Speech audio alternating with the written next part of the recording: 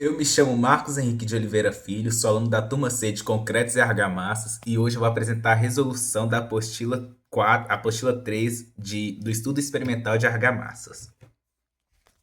Pois bem, aqui é, na primeira atividade da apostila era uma tabela a respeito das massas específicas, unitária seca e o índice de vazios. E para responder ela, eu usei dados das duas apostilas anteriores. Então, que a gente já havia calculado a massa específica do cimento de 2,96 gramas por centímetro cúbico. A massa específica da cal, a gente não realizou o experimento, portanto, ela não é possível determinar. A massa específica seca do agregado miúdo, de 1,69 gramas por centímetro cúbico, e a massa unitária seca também do agregado miúdo, de 1,46 gramas por centímetro cúbico. E realizando os cálculos à época, deu que o índice de vazios é de 3,61%. Na tabela 2, ainda seguindo o assunto do preparo das argamassas, foram separados dois grupos na turma. Uma era responsável por fazer um argamassa usando apenas cimento, areia e água, enquanto o grupo B tinha que fazer de cimento, cal, areia e água. Os traços. O traço da argamassa A foi de 1:4 e a argamassa B de 1:8, utilizando 500 gramas de cimento e 500 gramas de cal.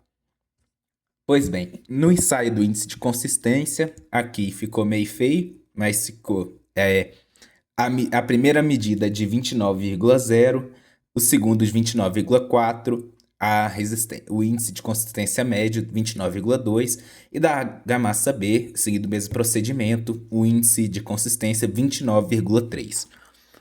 A argamassa C a gente não preparou, então em momento algum da apostila vai ser mencionada a argamassa C.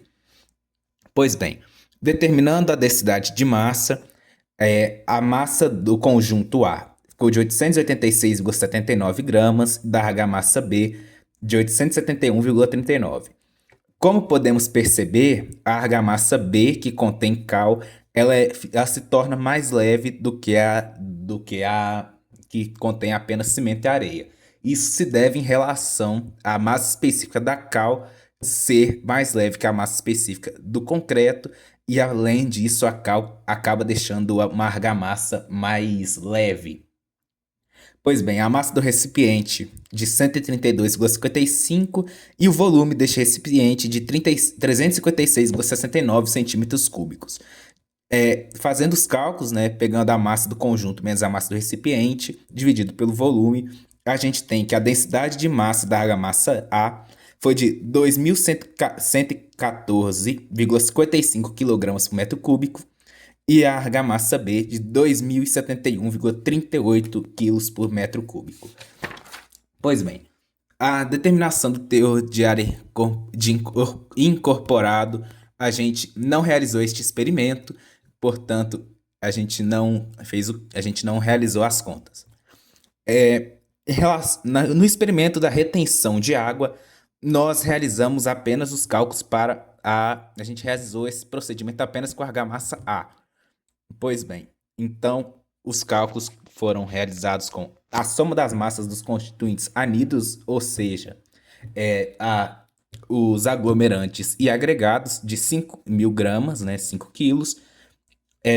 A massa de água adicionada foi de 880 gramas, realizando a conta do fator água-argamassa fresca, seguindo esta fórmula que relaciona a massa do conjunto vazio, a massa do conjunto vazio não, a massa de água acrescentada dividido pela massa dos constituintes anidros, mais a massa de água adicionada. Encontrou-se que o fator água-argamassa é de 0,1487, e este é um número adimensional, né, sem unidade de medida. E para determinar a retenção de água da argamassa, nós calculamos utilizando esta outra fórmula que relaciona a massa do conjunto com a argamassa menos a massa do conjunto após a sucção, é dividido pela relação da água argamassa vezes a massa do conjunto com argamassa menos a massa do conjunto vazio. Com isso, encontrou-se que a retenção de água da argamassa foi de 78,29%. Em relação aos ensaios da argamassa no estado endurecido, não foi realizado esse procedimento, portanto a gente irá pular. A resistência à tração na flexão e compressão. Pois bem, aqui foram realizados este procedimento com argamassa já em estado endurecido após 7 dias de idade, com um vão de 110 milímetros. A força de ruptura, quando a argamassa foi exposta à flexão, mediu-se o momento de ruptura delas, encontramos essas forças já em Newton. E depois, para calcular a resistência à tração na flexão, nós pegamos a força de ruptura vezes o vão vezes 1,5 e dividimos por 40 ao cubo.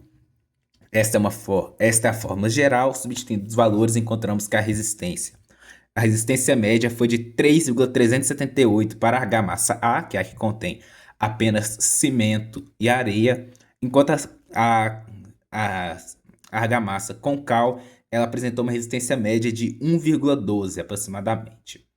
Isso se deve normalmente ao fato de a cal ela tem função de apenas reter água e deixar uma argamassa mais com uma melhor trabalhabilidade. Mas a cal tem uma resistência muito menor que o concreto, que o cimento, e a gente pode ver isso aqui nestes dados experimentais. A gente percebe que teve um pequeno desvio, então os resultados são válidos. Enquanto na resistência à compressão, nós seguimos o mesmo procedimento do cálculo da força de ruptura, mas dessa vez a fórmula usada para calcular a resistência à compressão foi calculando a força de ruptura dividido por 1.600. Com isso, a gente encontrou uma resistência média da argamassa A de 9,7 e a argamassa B de 2,32. Novamente, a argamassa que contém cal com uma resistência muito inferior à argamassa que contém apenas cimento. Nessa aqui a gente pode ver que ocorreram maiores desvios. Então, seguimos. No ensaio de absorção de água por capilaridade, nós tivemos esses seguintes resultados obtidos em laboratório, colocando a argamassa em uma quantidade de água já determinada e observando a variação de massa com o decorrer do tempo. Com isso, encontramos que a argamassa B, como esperado por conter cal que retém água, teve uma absorção de água muito maior que a argamassa A. E para finalizar, o coeficiente de capilaridade, nós não realizamos este experimento. Então, assim encerramos a apostila 3 do estudo experimental de argamassas. Eu sou Marcos Henrique de Oliveira Filho e assim terminamos a explicação da resolução desta apostila.